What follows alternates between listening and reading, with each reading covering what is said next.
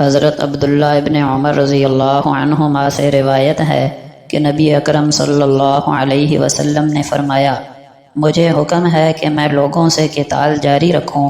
اس وقت تک کہ وہ اس بات کی شہادت ادا کریں، یعنی اس کا اقرار و اعلان کریں کہ اللہ کے سوا کوئی معبود نہیں اور محمد اللہ کے پیغمبر ہیں، اور نماز قائم کرنے لگیں اور زکوٰۃ ادا کرنے لگیں۔ پھر جب وہ یہ سب کچھ کرنے لگیں تو انہوں نے اپنے جان و مال کو مجھ سے محفوظ کر لیا سوائے حق اسلام کے،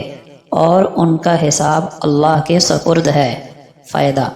ان کا حساب اللہ کے ذمے ہے۔ اس کا مطلب یہ ہے کہ ہم صرف ظاہر کے مکلف ہیں،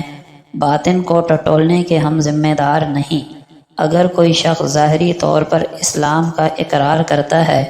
اور مسلمانوں والے اعمال سر انجام دیتا ہے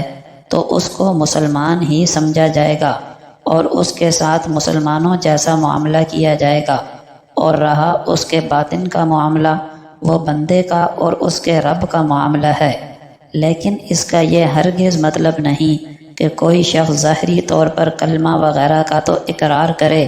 مگر اسلام کے کسی واضح حکم کا انکار و تحریف کرے تو بھی اس کو مسلمان سمجھا جائے۔ حضرت تمیم داری رضی اللہ عنہ بیان کرتے ہیں کہ رسول اللہ صلی اللہ علیہ وسلم نے فرمایا، جو شخص ایک رات میں 100 آیات پڑھتا ہے اس کے لیے ساری رات کا قیام یعنی نوافل پڑھنا لکھ دیا جاتا ہے۔ ابو ہریرہ رضی اللہ عنہ کہتے ہیں کہ رسول اللہ صلی اللہ علیہ وسلم نے فرمایا، رب تعالی روزانہ رات کو آسمان دنیا پر نزول فرماتے ہیں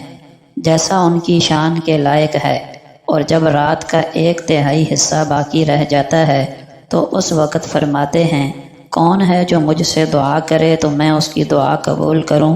کون ہے جو مجھ سے مانگے تو میں اسے عطا کروں، کون ہے جو مجھ سے مغفرت طلب کرے تو میں اسے مغفرت سے نواز دوں۔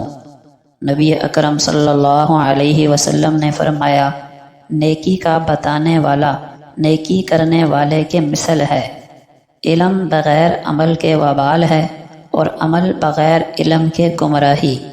اگر میں حکم دیتا کہ کوئی کسی کو سجدہ کرے تو عورت کو حکم دیتا کہ وہ اپنے خاوند کو سجدہ کرے۔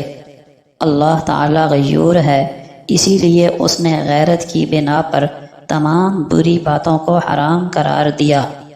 مسکین کو صدقہ دینا 1 صدقہ اور قریبی رشتہ دار کو صدقہ دینا 2 صدقے، ایک اصل صدقہ، دوسرا صلہ رحمی۔